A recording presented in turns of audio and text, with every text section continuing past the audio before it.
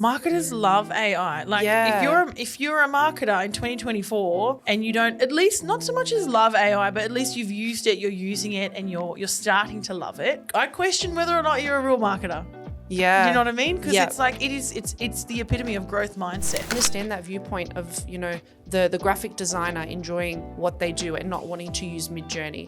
The writer enjoying what they do and not wanting to use ChatGPT. Yeah. It's a capitalist world, right? Yeah, so 100%. like at what expense? It is closed mindset, in my opinion, when you are working for an organization that have like established goals. Yep. You know what I mean? And you don't want to lean into AI. I feel like in the space that we're in, digital marketing, sales, just business transformation, if we don't lean into AI like we are, we're going to get left behind. Make that a snippet. So, do you do AI? No, let's not do that. That's a good one. I don't think we need to do that. Here's why you should do AI. When it comes to AI, the world is divided between lovers and haters. Welcome to the Marketing Mentors podcast, brought to you by Red Pandas Digital. I am Tasha, joined by the one and the only Linda. Oh, hey. And I love that AI hater, AI lover. Which are you? I know which one I am, Linda. Which one are you, T? Oh, I'm definitely a lover, for sure. Yeah. Yeah, I don't hate anything other than coriander. No. Always give something a go once. Yeah, 100%. No, I definitely... I feel like in the space that we're in, digital marketing, sales, just business transformation, if we don't lean into AI like we are, we're going to get left behind. Yeah. That's just how I feel. Yeah, definitely. Yeah. We've come across a lot of different roles and people, and we've noticed this big divide when it comes to AI. Yeah. Some people literally love it and are on board with it, and some people cannot stand it. They'll pick apart its imperfections and not see it for something that it is, which is like the beginning of something that's pretty extraordinary. Yeah, 100%. I think as well there's a lot of people that are like, AI? ChatGPT? It's true. There's still people very that are much unknown. Yeah. Not sure. And we got to remember, we obviously work in this digital space and we're around a lot of different types of digital professionals. But I'm talking like the people that have given me that blank look have typically been the people that aren't in digital. Yeah. So we're closer to it naturally. Yeah. But then there's people all around. Like my husband's a marine mechanic, and I started talking to him about AI in boat engines. Okay. Like 2 years ago. And literally in the last 6 months, I think some engines in the States have been trialing AI technology in boat engines. Oh, wow. So I said to him, see how it's just everything else is slower and everyone else is a bit slower to pick it up. That's quite Australian of us. Yeah. So it's interesting. Yeah, you got lovers, haters, and then the people that are like, huh? Well, I actually think that there's still a lot of people that are like, huh? Yeah, probably. Where's your mind? Yeah. I think, because we're so exposed to it. I don't think we're actually aware of how many people are like that. Yep. I feel like a lot of businesses are avoiding the topic of AI. Yeah. Like they're sitting in this area of ignorance is bliss and they're not talking about it. Yeah. I think we're quite privileged because we're in marketing and sales, so we are around it a lot more. But yeah, that's what we're doing today, I guess. We're kind of sharing, because we have so many conversations with so many different businesses and roles. We've started to pick up the mindset of different people, people in different roles as well in industries. Cultures. Yeah. And we want to share kind of where we feel at least the Australian market is sitting when it comes to AI. Yeah, for sure. Because we've come across people that have a really strong open mindset towards it and then people that don't. Yeah. And I think the people that do, definitely our industry T, when we do, HubSpot work with different companies, I feel like when we're talking to the marketers in the room, love AI. If you're a marketer in 2024 and you don't at least not so much as love AI, but at least you've used it, you're using it, and you're starting to love it, I question whether or not you're a real marketer. Yeah. Do you know what I mean? Because it's the epitome of growth mindset. Yeah. It's very fresh. It's the new thing of the digital age. Digital marketer. I can't. Sorry, if someone wants to get angry at me and be like, "Oh, I'm a traditional." I have a big. You're right, because you do have the old school marketers that don't adapt with the trends. Yeah, like Mad Men marketer style. And print media for life, those people. Yeah, we're not there. We're not even close. No. Nowhere near that. So I'm talking digital marketers, people that are on the web. AI, they're leaning into it. I've definitely found marketers are so open to it. Yeah. In what I do, like day to day, implementing onboarding HubSpot. For anyone that doesn't know what it is, it's a marketing and sales automation system. That's just a snippet of what it does. But most recently it has released like a content hub, which is like AI infusion everywhere. So everything you're doing, writing emails, writing blog posts, website pages, company tone of voice when you're writing content, like they've infused AI everywhere to make your life just a little bit easier. Yeah. So it's not like it's, okay, doing everything for you. I have no idea because these robot's doing my work. No. It's like a little bit here, a little bit there, a little bit here, and they're just drip feeding you the AI and how to use it. So you're actually starting to just be more efficient in your role, and you're like, whoa, I'm saving so much time cumulatively. So where do you use AI the most right now? Email writing, meeting summary, notes, takeaways, actions. Like, because I'm in so many meetings. Interesting. Yeah. So like for me, the Avoma AI, meeting notes, summary, actions, that's like the biggest time saver for me. It quickly summarizes everything, and like I'm very clear with saying, okay, these are the actions. And so the AI's picked up, that's my action list, and it gets it pretty good, Linda. So you just copy and paste that in an email, like a follow-up email to a client after that? Yeah, pretty much. Yeah. Pretty much. It's pretty good. And then internally, like if I'm writing stuff in HubSpot, which I don't have to do too much writing these days, but if I am, I'll use it. I do more training on it, if anything. So I train people how to use it, what it looks like. And then you're always like fluffing around with like, you know, smushing your photo with someone else's photo and seeing what you get. Like, that stuff seems fun. So how often are you using AI, would you say? Oh, daily? Hourly. Yeah, probably an hour ago, you know, all the time. Yeah, all the time. Yeah, all the time, without fail. Yeah. Yourself? Yeah, I'd say I use it daily. Yeah. For me, it's more, I think, around content, I would say, because I am writing more content than I used to right now. Yeah. So like most recently, like, you know, we did an EDM that we released here at Red Pandas. It was like a very direct response style EDM. Yep. And like I did the bare bones of it. So I told it exactly like what I wanted, and I came up with the first draft, but it was just not conversational enough for our tone of voice. So I just got ChatGPT to give me something with a few cues that was a bit more conversational, and it was amazing. Like I was able to copy and paste it straight into HubSpot, and save so much time. And like what we're talking about here is AI for writing content, AI for doing meeting note summaries. Guys, this is like not even scratching a surface. If I can, it's nothing. Like some of the stuff that I've been working on from again, my role and my point of view. So I look at a lot of data in terms of customer data to interpret, you know, things like, okay, on average, how many people, how many website pages will someone view? How many emails will they open?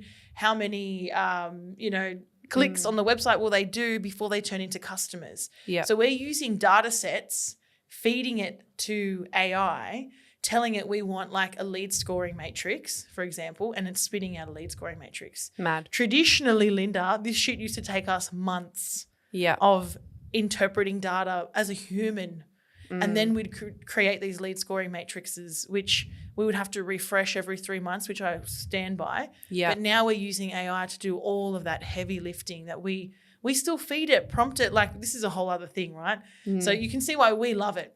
We love it because it's making our jobs quicker, and we can be more strategic. Yeah. With insights. I mean, like how amazing to say that you've produced the same amount of output that two of you historically would have been able to produce. Yeah. I mean, just the other day, I had an hour block in my calendar to create a survey.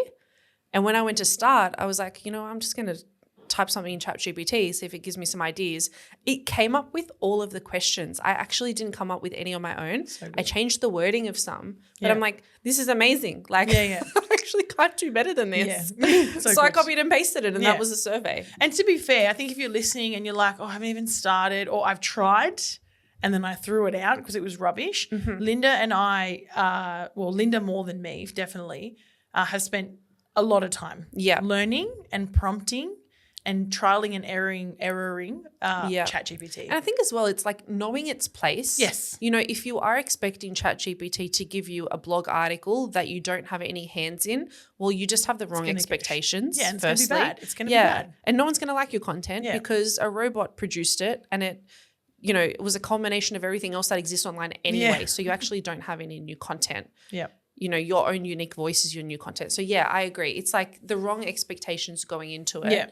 Which is understandable because it's new to the market for so many people. Yeah. So they're still learning about AI and its place in the work that they do. Yeah. You know what I mean? But yeah, I've definitely come across a lot of people that don't love AI. Haters. Yeah. Yeah, I've met a few. It's funny. It's easy for us to be like, oh, hater, insecure. Do you know what I mean? It's very easy. Yeah. Like, I think that's what, like, maybe our egos or a bit of default tells us. Like, oh, someone hates something. Oh, they must have some insecurities about it. Look, maybe they do. Who knows? We're not Oprah Winfrey here. We're not trying to, dissect that. But I do think we should hear them out. Yeah. Right? Because, like, why? Let's be curious. Let's have some empathy towards some of the artists out there, for example. Yeah. And I say artists because we've got, like, the graphic design wall downstairs in our office. Yeah. So we've got this beautiful wall that's been graffitied. The art itself was designed by AI.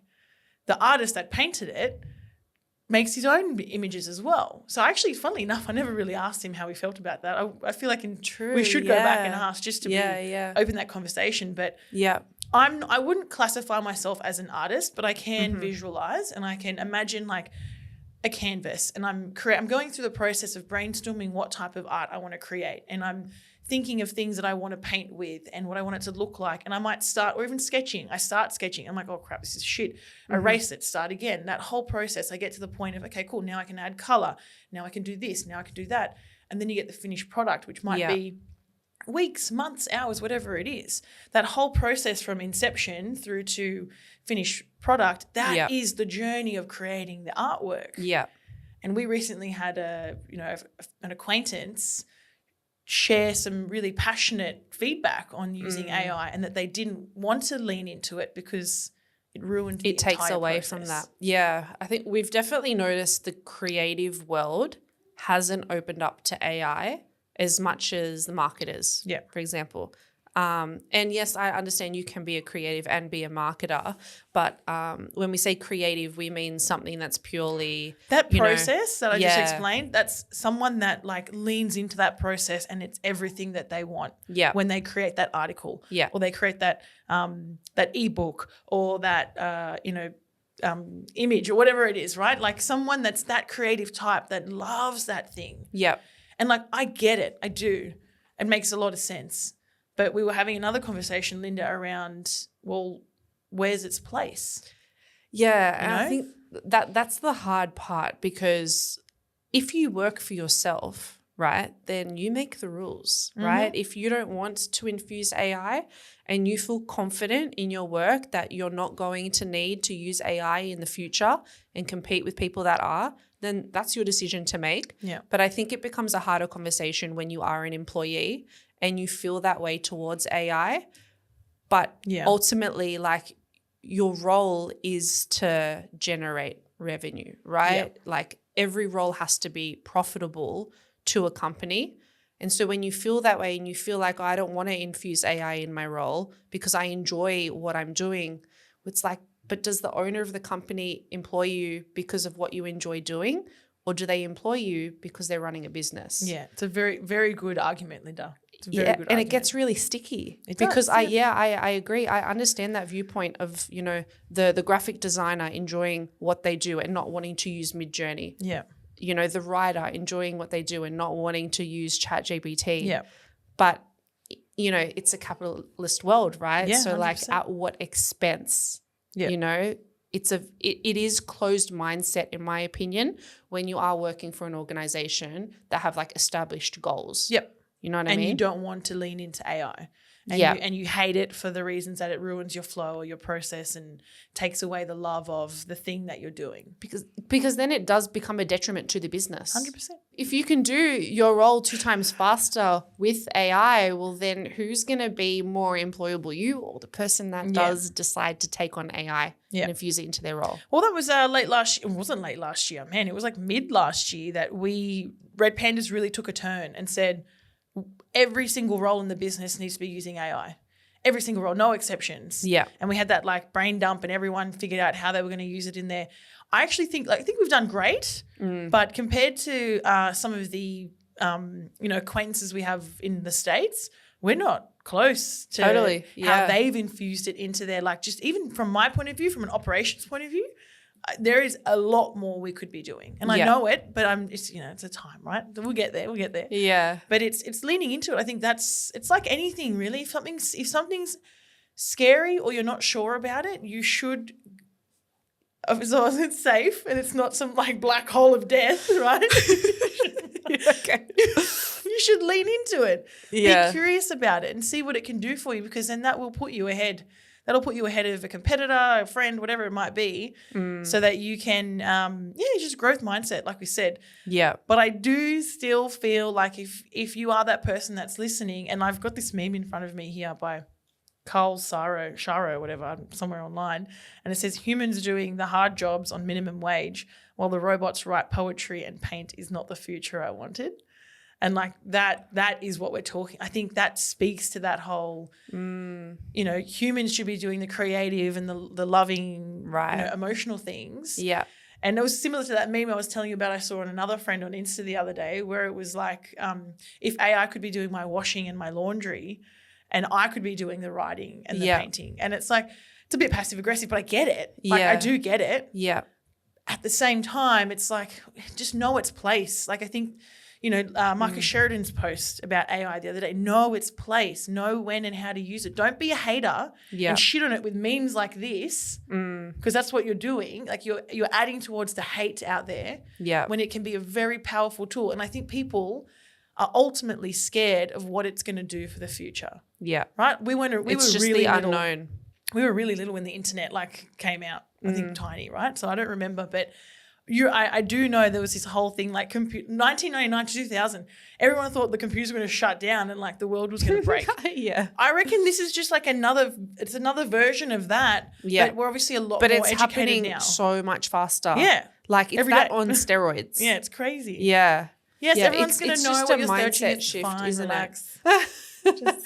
Yeah, it's a mindset shift rather than like living in ignorance is bliss and just not paying attention to what's happening. Like being able to think about like how can it like change my business? How can it help me do what I'm doing better and quicker and faster? If you don't, just know that the kids that are in school now and like our children, Linda, they don't know a world without this. So they're growing up with their brains already thinking differently to ours. So in 20 years' time, 10, 15, I don't know, we'll still be working in 20 years. In 20 years' time, when we're in like senior leadership positions, more so than what we are now, we're going to have these kids that we're leading and they think very differently because AI was a part of their life from the beginning. Yeah. So when we say to them, lean into it, they're like, what do you mean lean into it? It's just it's like the sock thing, right? It's all they know. They wear socks above the ankles. He's got me. Inside joke. Yeah. So recently Tasha was put on the gronk because she wears ankle socks, and ankle socks are apparently a depiction of our generation. Indicative of being over 30. But the young kids wear long socks. Yeah, apparently. Yeah, everyone looking around. Yeah, everyone's wearing long socks. I've got long socks on.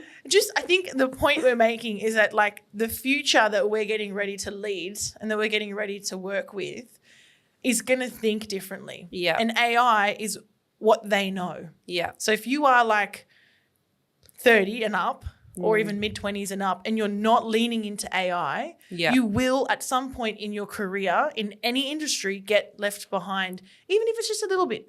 You will get left behind. Yeah, like it's funny because I don't want today to feel like a pitch because we're so pro AI. Yeah. But it's like that's the reality. When you think of like all the pros and cons, that really is your reality, is that like the next generation are really going to be like immersed in AI. Yeah. So you're going to be so left behind if you're just not slightly open to it. Yeah. And maybe it doesn't have to start with it doing the work that you love. Like get it to do the work that you don't love. Like see how it can think for you and interpret data.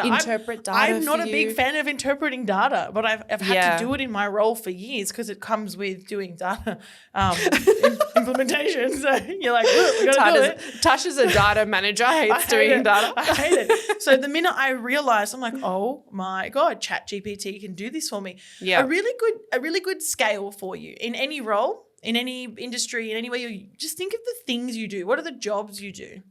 Like as remedial as answer emails, manage calendars, book this, do that, write it down in a spreadsheet, things I do, and then have another column which is like things I like doing. Out of that list, what do I like doing? What do I don't like doing? And then one at a time, go and see how you can find AI as a solution. Yeah. Because I guarantee you there'll be AI as a solution for a lot of those. Yeah. Employee onboarding, right? I actually really like employee onboarding, but it's a time pirate. Do you know what I mean? Like it takes so much time. I don't mind being with the employee. It's all the administrative stuff in the back end. We have a software that does, we have an AI that looks after that, or we're rolling out at the moment for that. You know, invoice raising, like just random shit like that you don't need to be wasting your human time on. Use AI to help you with. That's using AI. Yeah. And that's the pitch, I think, because you can do it anywhere. Yeah, it's so true. How I read that. exciting. I know. So passionate. I want to go do AI now. That's not how you say it. No, I want to do AI now. Do you do AI? Whoa. Can you imagine that? Make that a snippet. So do you do AI? No, let's not do that. That's a good one. I don't think we need to do that. Here's why you should do AI.